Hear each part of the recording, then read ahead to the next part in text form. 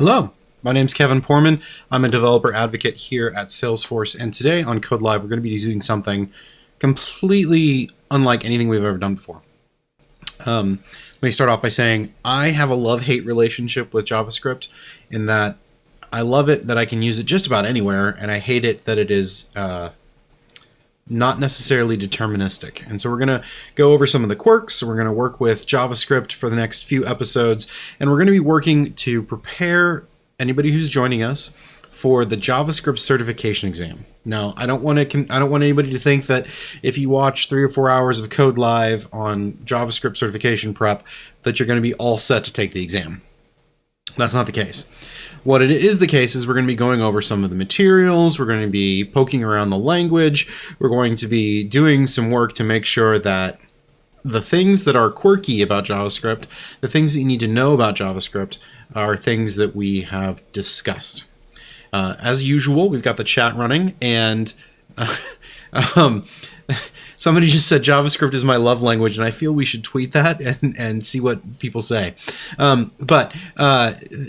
People have you have the ability to give us questions, comments, or snide remarks there in the chat. Please feel free. I don't want to be going through something only for people not to understand it. And I want to give you a little couple words about how I've got this set up. So here on the left side of the screen, I have a Chrome window, and on the right, I have a Visual Studio Code window. And the reason I have got both open at the same time is because we're looking at study materials on the left, and then we're going to be doing exercises in Visual Studio Code on the right. Now, in order to do that, I've installed a very cool plugin called,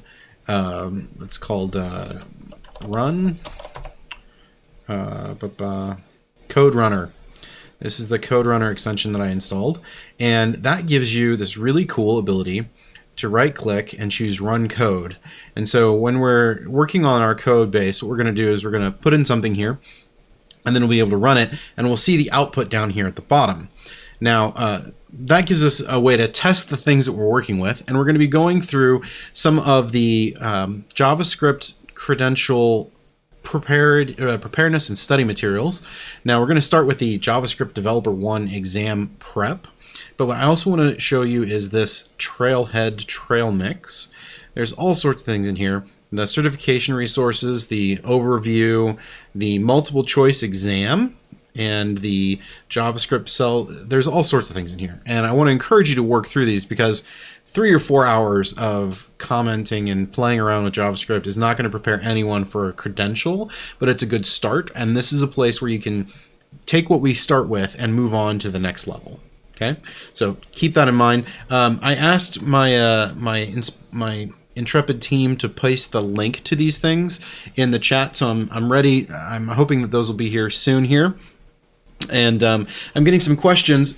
ST is saying they just passed the JS1 certification. Awesome. I'm kind of glad that it wasn't easy, but I'm also a little nervous because I'm going to be taking that exam too. And you've just nominated yourself to answer our questions when we run into issues. So thank you for that, ST. John Lewis says, does TypeScript fit into this? Unfortunately, no. If there's enough interest, we could do some work with TypeScript, but for these sessions, we're going to be focused on the JavaScript credential. And when will we know we are ready for this exam? Zibran, that's a great question. The answer to that is that's highly subjective. It's a good question, though. What I tend to do is you see this multiple choice exam where you prepare for the multiple choice exam, and it's not letting me click it. That's interesting. When you feel like you can pass this multiple choice exam, that's when you should go take the exam. Now, in order to get the credential, you have to do 2 things. Let me scroll back up here. You have to do the Lightning Web Components Specialist Super Badge, and you have to do the multiple choice exam for the JavaScript Developer 1, and that's proctored, which means somebody's going to watch over you. So once you've got those 2 things, you are a certified JavaScript Developer 1, and yeah, so I'm going to refactor your question a little bit. Zabran, when should you take the exam? When you feel you can answer the multiple choice questions confidently, and when you have passed the JavaScript Super Badge, or the Lightning Web Components Specialist Super Badge. That would be my metric. So there we go. Let's dive into this thing. So part of what we're going to be doing here is looking over this JavaScript Developer Exam 1. Here I'm going to start at the Exam 1. And this is the trail to get certified. And you'll see here that we've got variables, collections, functions, classes. And that's roughly what we're going to talk about today. We've got another one here on browsers, async programming, server-side JavaScript. We'll talk about that next week. And then we've got the cert prep for debugging, error handling, and testing. We'll get to that in 2 weeks. And so today, as we talk about this, we're going to start with the certification prep link. There we go. And I'm just going to scroll down here. The exam is covering this information, the multiple choice exam. So variables, types, collections, objects, functions, classes, all the stuff you would normally expect to be tested on for a programming language, perhaps Apex or C or whatever language you've learned before. And we're going to be, you can see how they're weighted. So the heaviest thing is objects, functions, and classes. So we'll talk about some of that stuff today. And they are the prep for the exam is all here in this trail. Okay, there's even a guide.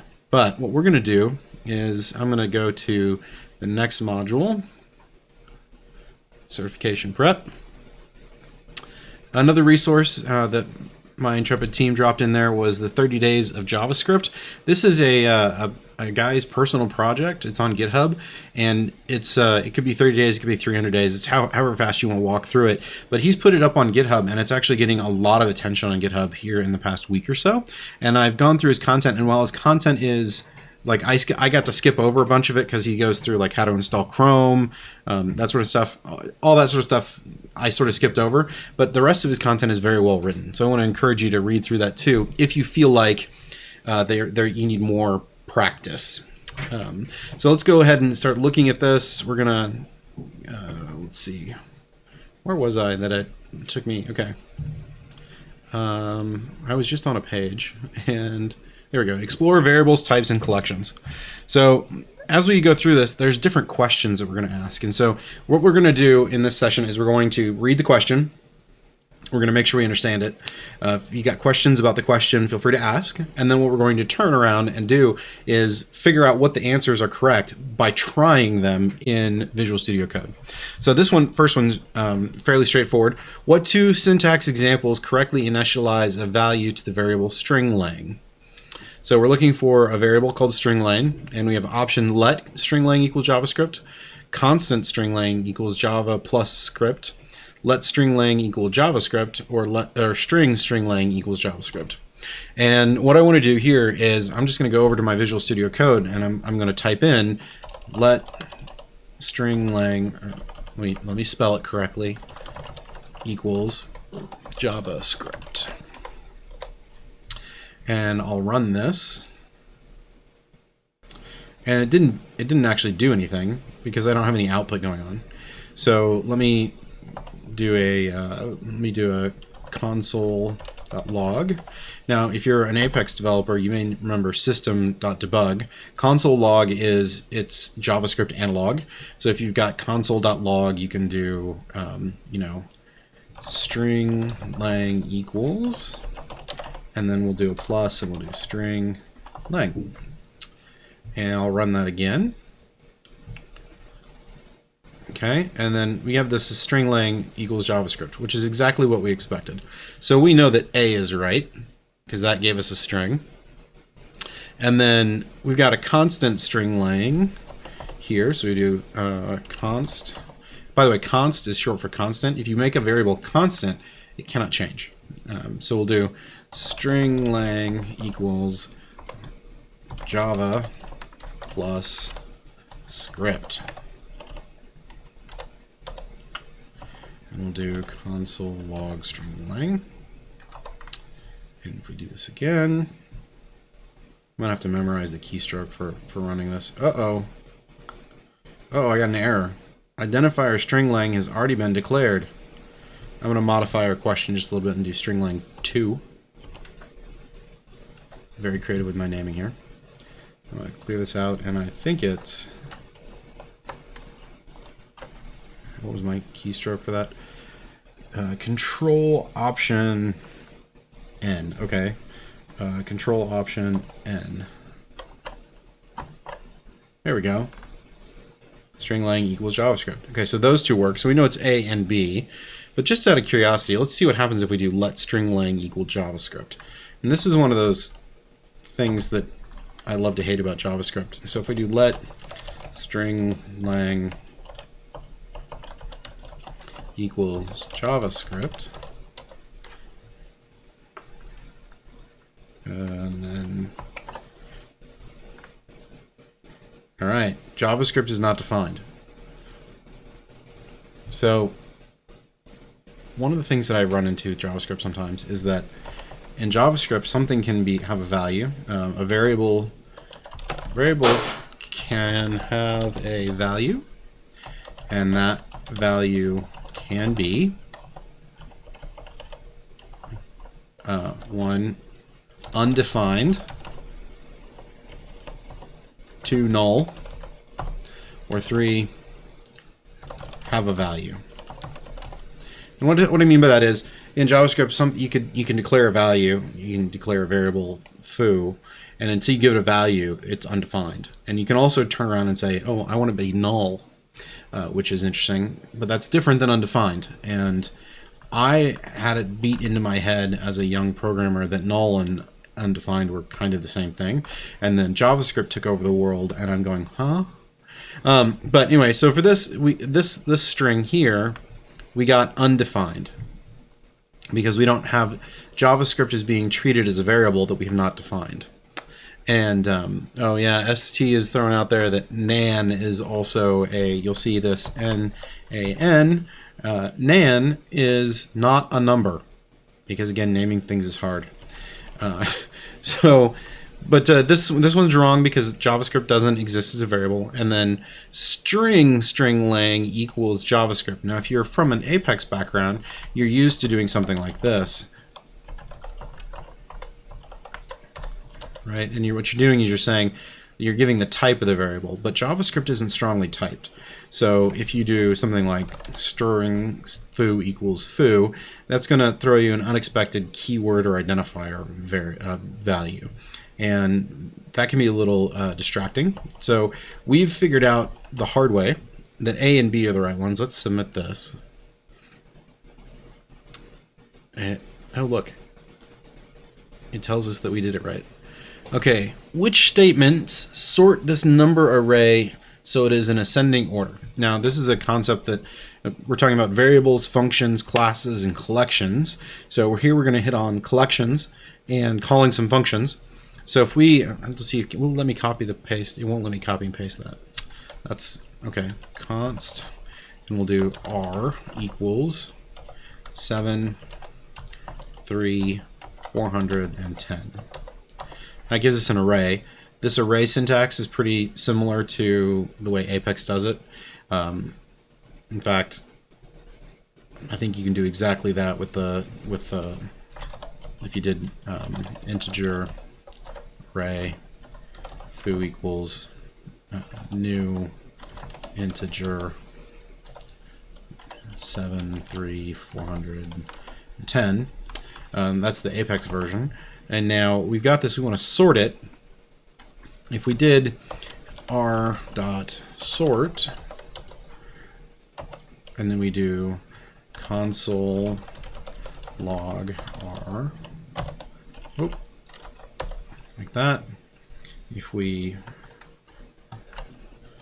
run this, it's giving us 10, 3, 407. Okay, that's interesting.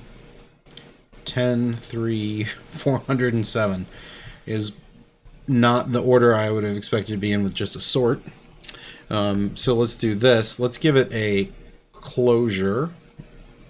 So we're going to go back up here and we're going to use the closure syntax A, B, and we're going to give it an arrow function.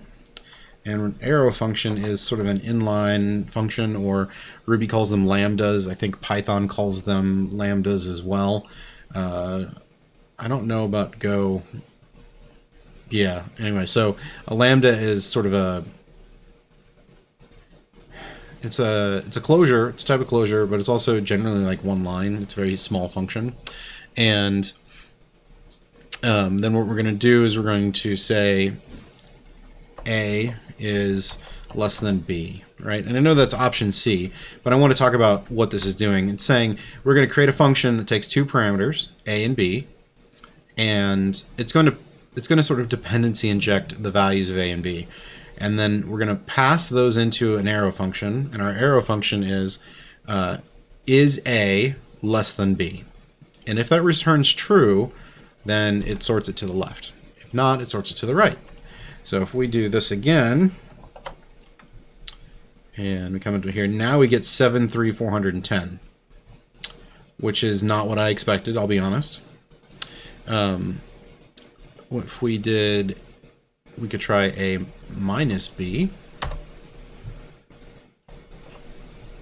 and run code. 3, 7, 10, and 400. Now I gotta admit, that is not working the way I thought it would. I thought A less than B would do this, but A minus B is doing it.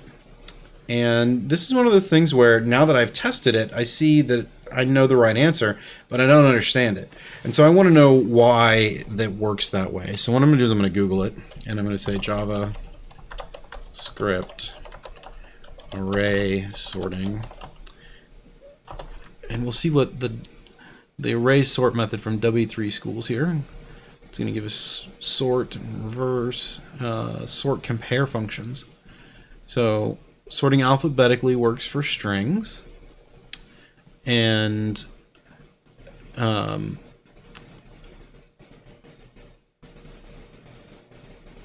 okay, we get a couple of questions coming in here. Pratt is saying, if this is happening in Teams or Zoom or something like that, is there a way I could join? It's not. It's only happening through YouTube Live. Can you tell me a little bit more about how you're having a hard time reading it? Is it too small? Or I can make the font sizes bigger, for instance, and then if that would help. And yeah, let me know about there. John Lewis is saying it's converted to strings, and the conversion between integers and strings in JavaScript is crazy. It's crazy. It's like Parliament crazy. But we've got our compare function here, and what we're doing is we're doing this AB return A minus B, and it's looking at this and saying it's a function. This comparator function is us defining a sort order, and the function should return a negative, 0, or positive value. Oh, so it's doing math here. So it's not a comparison of value A to B. It's doing an actual math equation and coming back with, is this a negative number, a positive number, or 0? I get it now. So this is the one that makes sense. And we can go back over to prepare for this one, and we'll do that. I get it now. Okay. And let's see. Oh, they've got even like a how to sort arrays thing there. Somebody's asking a WebEx. Greesh, it's only available on YouTube Live. I need to know more about what's making it hard to read. Is it font sizes? Is it here? What I'll do is I'll make this bigger, and we'll see if that helps. I don't want people to be struggling to read it here. All right, so we got some flashcards here. Data types used in JavaScript. Okay, so what we're going to do is we're going to click on the link to data types in this, and a value in JavaScript is always of a certain type. For example, a string or a number. That is not how I have traditionally understood JavaScript. So I'm curious. 8 basic data types in JavaScript. And when we're going to go through here and look at this, for example, we can put any type into a variable. Okay, so this is where I get confused, because they say a value in JavaScript is always of a certain type, but a variable can hold any type of value. which is to say that I could have a variable foo that at one point has the number 1 and at the next point has the word hello in it. And that confuses me because I come from a fairly strong background in Apex where things are strongly typed. And if you try to put a 1 in a string variable or a string in a 1 variable, you're going to get a compile time error. And so JavaScript's loosey-goosiness with types is something that I always struggle with. Now, the other programming language background I'm really strong in, there's two, is Swift, which is also strongly typed, and Ruby, which Ruby's type system is it's both beautiful and elegant and completely unlike anything else I've ever seen. They use this thing called duck typing, and that comes from the phrase, if it walks like a duck and quacks like a duck, it's obviously a duck. And so in Ruby, if a variable holds a letter 1, then it could be an integer or a number because it looks like a number and acts like a number. And that's all very confusing at points. But JavaScript has always been what I would consider, it always reminded me of variants in Visual Basic, or variant where you define in Visual Basic foo that could hold anything. And that's basically the way they work here in JavaScript. So we can say, if we can create a message, let thing, let's just do this, let foo equal 1. That's not going to do anything. So we can do let foo equal hello. Right? And if we do console log foo and we run this, and we come down here, oh, yep, clear that out. Okay, and you see that when we type it out, we print it out, it's foo. The foo is hello. And so there's no like type safety here, is I think the way I want to put it. These are variants in that just because you've defined a variable, like we've done here, and given it an initial value, doesn't mean that it always has to have that kind of value. That said, there are types, and your data in the value of your variable has to be one of these basic types. So we got number, obviously numbers exist, and then we've got this not a number thing, which we talked about. There are some special numeric values that I've run into. You've got infinity, guess what that means? Negative infinity, and nan. And I love that we have negative infinity. I've never come across negative infinity in the wild. Like, I've never had a purpose or seen a calculation that resulted in negative infinity, but I'm kind of amused that you can do that. The thing about nan is it's sort of an error value. It's not an error statement. It's not it's an error value. And so a number could be nan. So if we do nan like that, we could run this again, and we still get hello, and that's fine because we've gone from not a number to a string. But if we did this and said foo is, you can do this in JavaScript, and so if we try to do this, we're going to get an error. We don't get an error, we get an error value, because not a number plus 1 is still not a number, because it's not a number. And when I say it out loud, it makes a sort of weird kind of sense, but it's also not intuitive. So we have to be careful for nan. But the real life situations we run into nan are things like if you do 11 divided by q, and then if we run that, if you do something wrong, something obviously crazy, like trying to divide a number by a letter, that's where you're going to get nan. I wonder, let's see if we divide by 0, what happens. I think that'll give us a nan too. No, it gives us infinity. Interesting. Something divided by 0 is infinity? That doesn't, like, maybe there's some higher level collegiate math I never took that makes sense, but from my high school days, anything divided by 0 is 0. So that's interesting. So numbers are our type of variant. We can also look at big int. Big int are big numbers. Why? I asked somebody once why we had big int in other languages, because other languages have them too, and they explained to me that it goes back to like 16-bit computers. When we switched to 32-bit, they the size of value, the largest number you could store became bigger, and then it was really handy to only need to allocate memory for bigger numbers when you knew you needed them. So MD Azim is saying I'm in the wrong school, and John Lewis is saying -1 divided by 0 is that negative infinity. Let's find out. So let foo equal -1 divided by 0. Console log foo. It is negative infinity. Good job. Good job, John. Hi, Reagan. Let's see. Rithitha. So yeah, I don't really understand JavaScript's handling of division by 0. I'll be honest with you there, but it's easy enough to remember that if you divide by 0, you get infinity. If you divide a negative number by 0, you get negative infinity.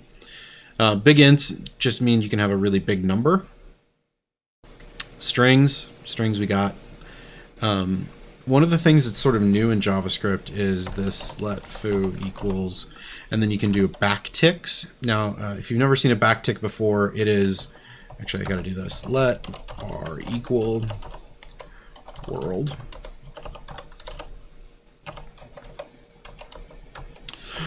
Backticks allow you to do string interpolation in a very easy way. It used to be, excuse me, I'm having the hiccups. It used to be that if you wanted to do string interpolation, you had to do let foobar equal bar plus, like that. It kind of got unwieldy. It was kind of a pain. But now we have this backtick syntax, which is, no other language that I know of does backticks like this, does it this way, but it's really kind of nice, where you can do hello, and then you can put your variable interpolation there, and then if we do console log foo and run it, oh, I forgot the, yeah, put a $sign there. Silly me. All right, hello world, and see it it put world in there because world is the value of bar. So that's string interpolation that you can do. Uday is asking, what does var mean? So when you declare a variable in JavaScript, you can either say constant foo, which is, so this is our declaration syntax. This is our variable name, and then I can give it a value. That I can also say let bar equals foo, or I could say var foobar is equal to Bob. Now these are all three ways of declaring a variable. Well, they're a way of declaring a handle for a value. And I have to put it that way because if you declare it as a constant, this is unchanging. But the let and the var both give you different ways of declaring that variable. And that's what the var means. It's a variable.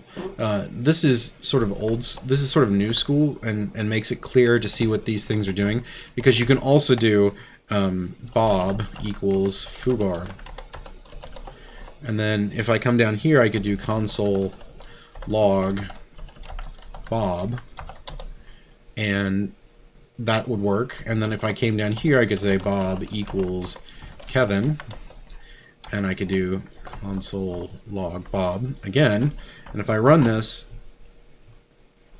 you'll see that Bob was declared as foobar, but I was able to change it to Kevin here. So a lot of people, oh, I was doing the let one. I'm sorry. Let me do this as the, oh no, Bob is new. So by not saying var or let, I'm still declaring a variable because I'm doing an assignment, and I'm still editable. So var is kind of a way of making your code clearer and easier to read, but I don't know that it's necessarily required. I haven't run into situations where it's required. Let's see what other questions we got coming in. And Jinka says, backticks are my favorite thing in JavaScript currently. I used to generate dynamic CSS based on configuration stored in S-object records. Okay, mind blown. I'm going to parse that. You used backticks in JavaScript to dynamically generate CSS properties based on configuration stored in S-object records. I'm assuming this isn't like a Lightning Web Component record, because I could see lots of interesting uses for that. Evil genius giggle. Okay, so we got strings. We've done some work with strings. Let's see what else we got here. Boolean logical type. Boolean types only have true or false. Now this is different than, say, Apex, where you can have true, false, and null. So one of my favorite interview questions for Apex developers is, what are the possible values for Boolean objects? And I always get true and false, and then very once in a while I'll get, oh, they can be null too. But it's a good way of talking about whether or not you've thought through that, that sort of thing. And as we go through here and we look at this, your Booleans are really straightforward. Is named true or false. So we're not going to do one of those sort of things. We can have a null value. A null value does not belong to any of the types described above, which is to say that it is a value that exists but is not undefined, and it makes its own special sauce. So null is not a reference to an existing object, but it's not a null pointer issue like in other languages. It's just a special value that means there's nothing there.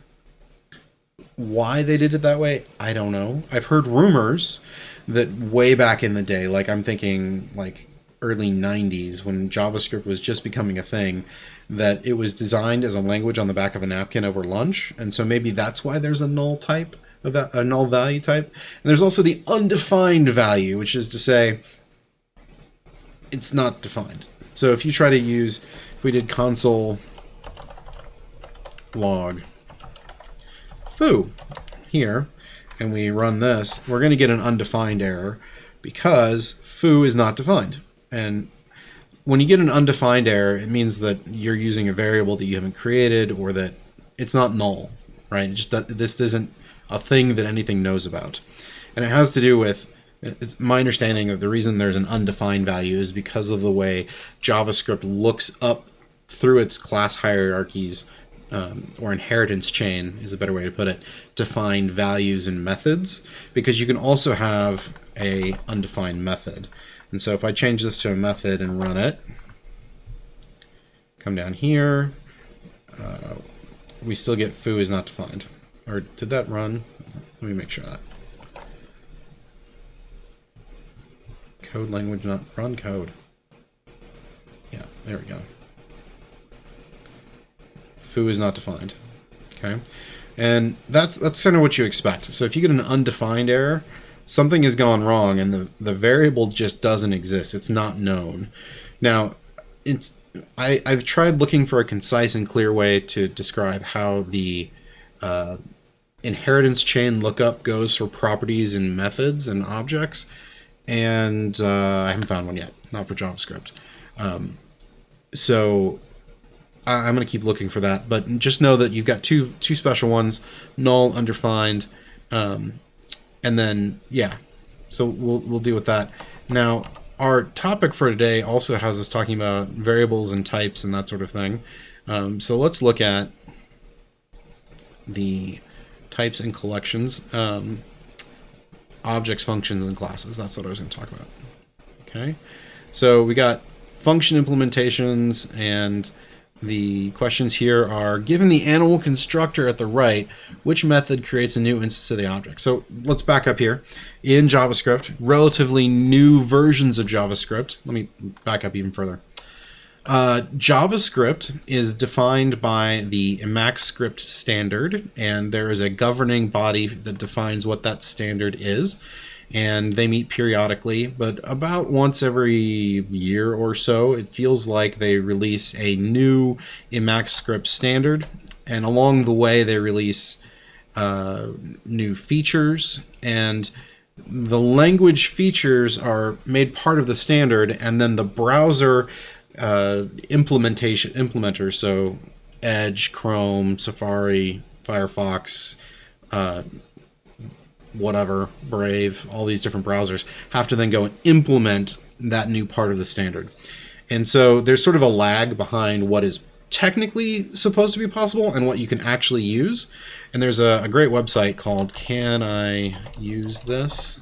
I think it's Can I Use This? Yeah.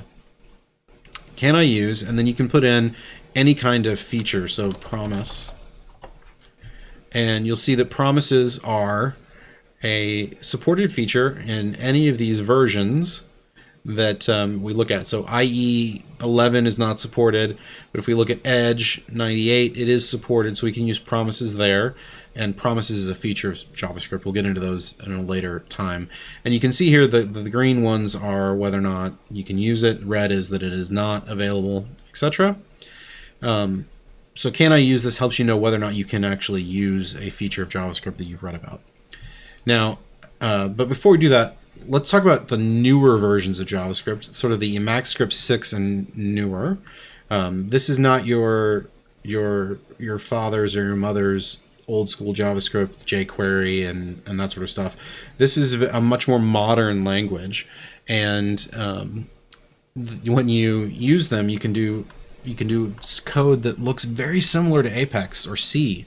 And so let's just work on defining some classes here. So we'll do class person, right? And in here we'll do, oh cool, it's gonna prototype for me a constructor and some properties. Now this is fix that issue. So in this class we've got a constructor, and this is a special keyword method.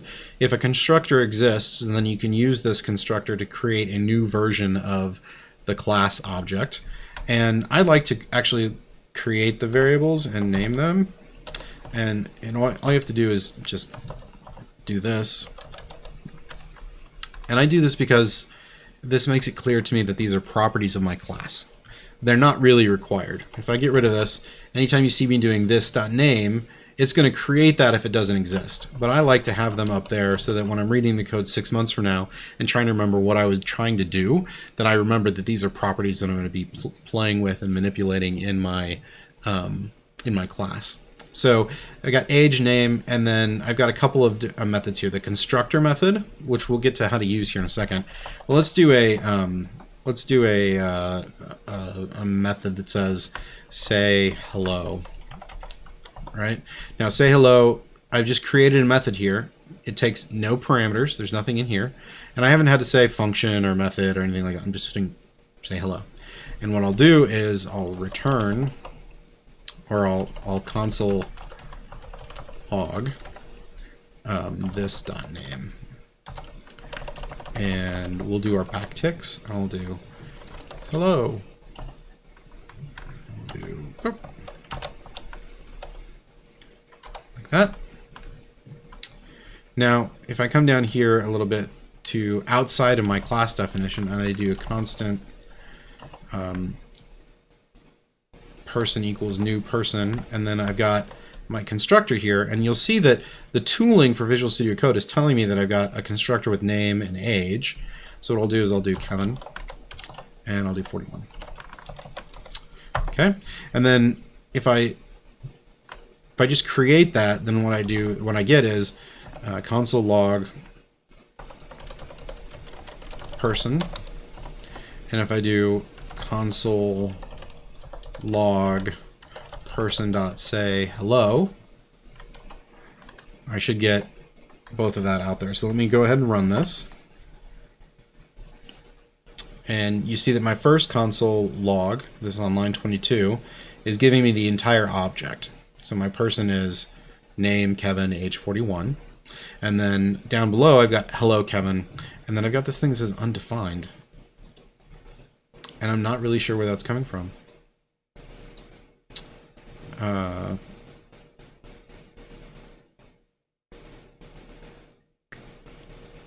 Interesting. Let's run that again. Okay, so I don't get the undefined there. If I do this, person.sayHello.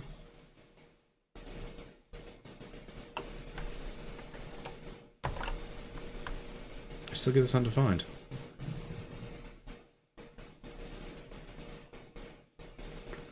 I mean, it calls it, obviously.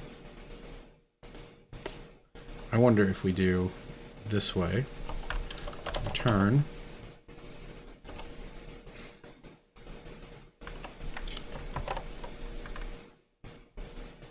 Yeah, there we go.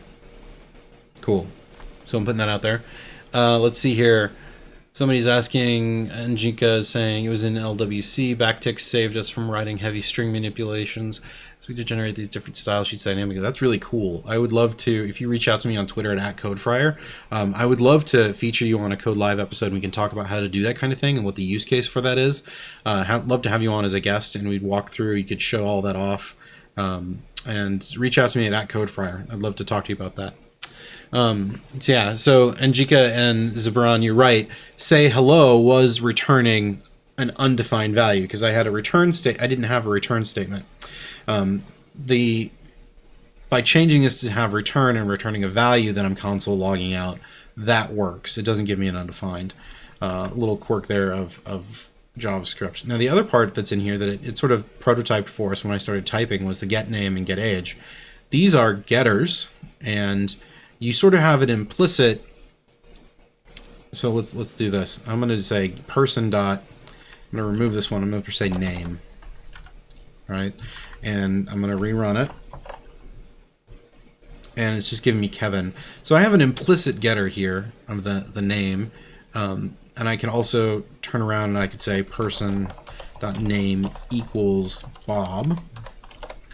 And if I run this again, you'll see now it's Bob. So I have an implicit getter and an implicit setter because of these properties being here.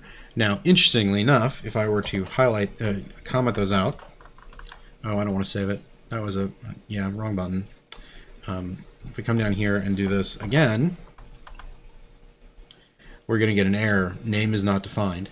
So if I don't declare that variable here at the top, if I don't say this exists, I don't get a getter or a setter for it. By doing it up here at the top, I do get those. So it depends on how you want to have. It's a way of controlling the privacy of your property. Do you want it to be a private property or a public property? If you do, just create it as a property in the class. If you don't, then just handle it through a constructor or through the assignment of some other method. Let's see here. So having looked at all of that, I'm going to get rid of that here. So given the animal constructor at the right, which method creates a new instance of the object? So let's animal. Oh, okay. So I'm going to do class animal. I'm going to do constructor. And I'll do this dot size equals size. This dot age equals age. And we'll do this dot can talk equals false. So we've got the constructor set up in the class there. And then we've got which is going to give us a version of this. And the way we call our constructors, the way we create our new objects is I do const, excuse me, I do const, and then I'll give it a name, foo equals new animal. Sorry, new animal. I can type. And I'm going to do large, and I'll do 41.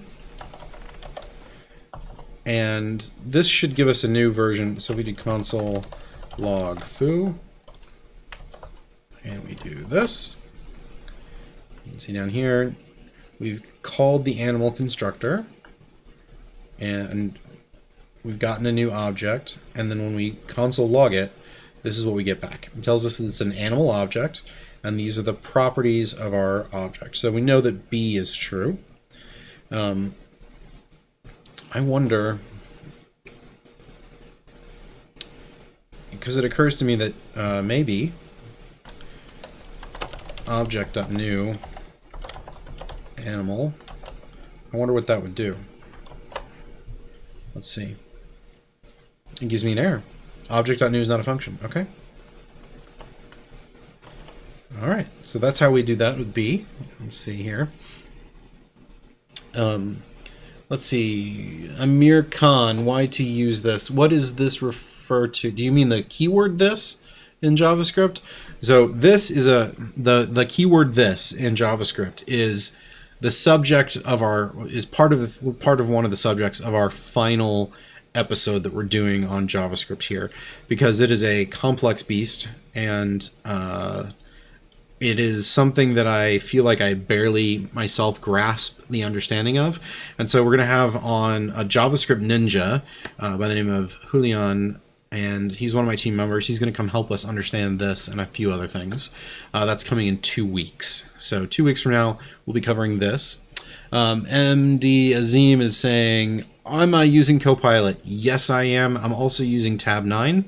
You can get all of my, if you want to code just like me, you can install the Code Friars pack plugin. If we go Code Friars, look here.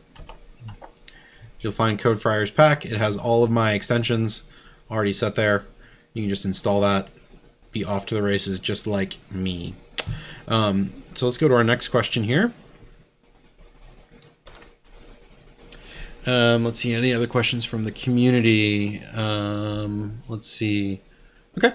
A developer wants to use a module called datePrettyPrint. This module exports one default function called printDate.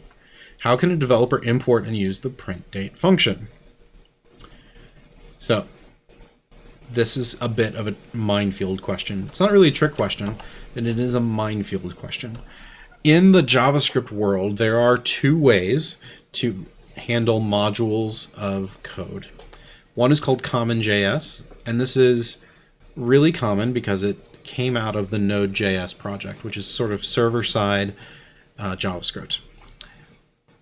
CommonJS is not an official part of the JavaScript standard, the EmacsScript standard that we talked about, but it is ubiquitous. And so there's a way to do it with CommonJS. The Salesforce, however, uses the EmacsScript module system, and so this is a relatively new thing that is now part of the EmacsScript standard.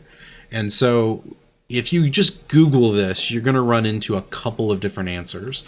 And the one I want to focus on is the one that is the correct one for Salesforce in this exam. And you should also go ahead and learn CommonJS. The keyword, so if you see something that says require, like this, that's a CommonJS. Okay. If you see import, that is the EmacsScript module definition.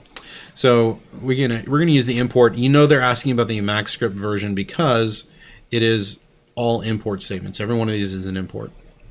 And what you can do is you can say import, and then you're going to give it a handle. So this is a handle. And the handle name is just what you're going to refer to this import as in this file. Okay. So this could literally be I want Maserati. Okay. That handle can be anything. And you're going to say from, and then you can provide a relative path. Or if you're using something like npm and Node.js, you can just say the actual like module, the Node module, the npm module. So you could say like I want Maserati from awesome npm or whatever it is. In this case, for our question, they're asking about relative paths. So you can say path. Oh, okay. Path, and then datePrettyPrint.js. Now, if you're using CommonJS, you're just going to say pretty print like that. But for EmacsScript modules, you're going to use JS, .js there. And since I don't actually have this will never run. It won't compile. So we can't just run this one to show what it is. So let's look at these two, and then once you've imported it, you can actually then call I want a Maserati as if it were a function. So I'm looking at this here. Is this some Amir's asking? Is this JS is server side or client side? It is ECMA. I'm sorry, ECMAScript.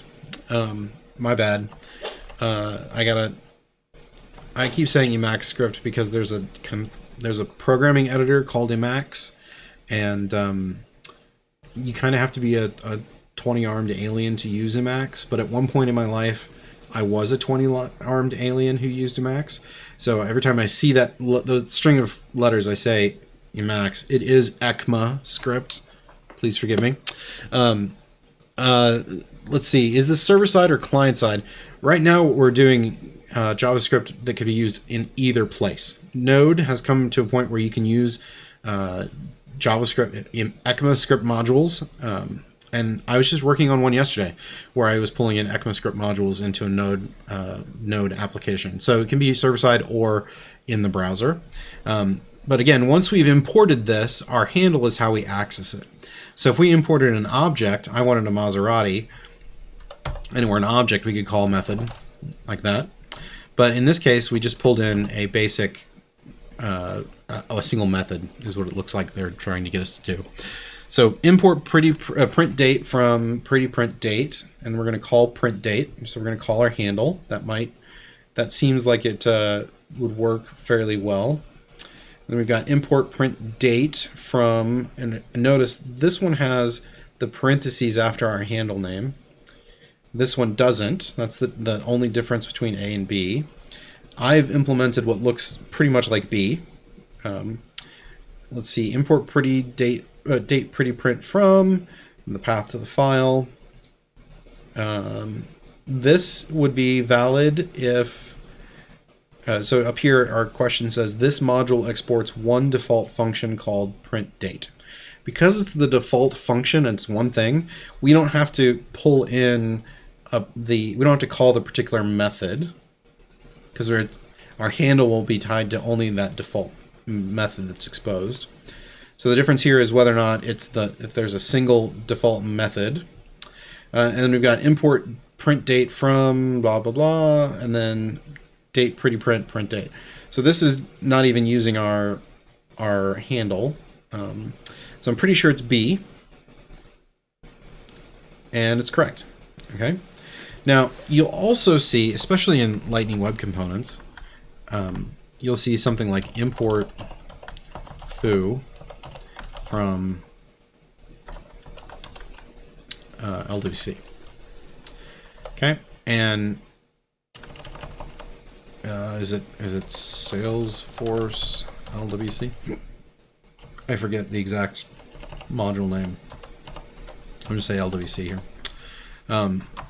Now, when you have this in the brackets, what you're doing is you're selectively importing modules, submodules from this module. So LWC is going to expose, it'll expose, for instance, wire and track, those sorts of things. These are individual submodules of this, and you're saying rather than importing the entire mega module, which the LWC module could have hundreds of things in it. It doesn't, but it could. You're saying I only need these two, so only worry about loading those two. That's what that curly brace syntax is. The other time you'll have to use that is if your module only exports or doesn't have a default export. So if your module has 5 things in it, and you're going to have to do import whatever from like that, you can't just drop it in there if there's no default. And the only time that this format works is if there is a default module exposed. Okay. Let's see here. Exam topic flashcards. When using the const identifier to create an instance of an object, are the properties changeable? Oh, this is a good one, because this is not necessarily intuitive. So if we do class I'm going to do person and hope that it gives me There we go. But here, if I do const, we back up here, name, give it a property. So we'll do constant person equals new person, Bob. We do console person, we're just going to do person.name. And then what I'm going to do is I'm going to say person.name equals Kevin. And we'll do console log person name. Okay. Now when I run this, I expect this to work. And as I go down here and look at it, you see I've done Bob and Kevin. Now what's interesting is I've declared person here as a constant. The constant refers to this variable, which is an object, not its properties. The properties of a constant object can change. I think that's interesting. The other way you can do, and say const foo equals var. I thought you could do this, but it's giving me an error message. The const modifier can only be used in TypeScript files. Really? Okay. I was thinking you could set a property in there that couldn't be edited, but maybe that's not true. Actually, you can do it by overriding the setter. Okay, so yes, you can change the instance properties. Let's look at this. So next one, a developer is not able to use a variable outside a function that is defined inside of a function. Wait, I gotta read that again. A developer, me, is not able to use a variable outside a function that is defined inside of a function. So a function defined inside of a function would be typically a closure, and what could be causing it, the closure is supposed to, closures get their name from closing around the context of its calling method. That's a good question. I'm gonna have to read that one. I'm not sure about that one. All right. I've just covered 45% of the JavaScript Developer 1 multiple choice exam contents in this badge. I'll be honest with you. I am a little fuzzy. I don't feel terribly confident about some of this stuff, like the function closure not capturing a variable outside of it. I could tell you in other languages, it'd have to be escaping in Swift, for instance. It says local variable is not accessible outside scope. So I know it's function scope, but if a internal method is calling, if a method is defining another internal method, that internal method is a closure, right? And so the closure should be able to close around its caller, which would be the outer method, and capture variables in state and context from that outer method, which is what's confusing me.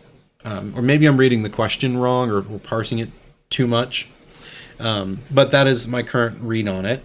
I want to thank you all for tuning in today. We've had a lot of great interaction and questions, some help from people, and I really love this.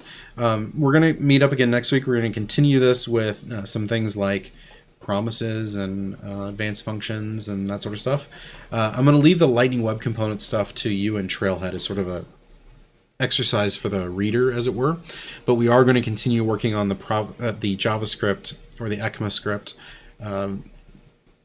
sort of basics, learning the language itself next week, and then a week after that we will have our guest Julian on to cover over some of the more interesting what's going on here kind of areas of the JavaScript programming language. So again, thank you for tuning in. I hope to see you all next week. Bye-bye.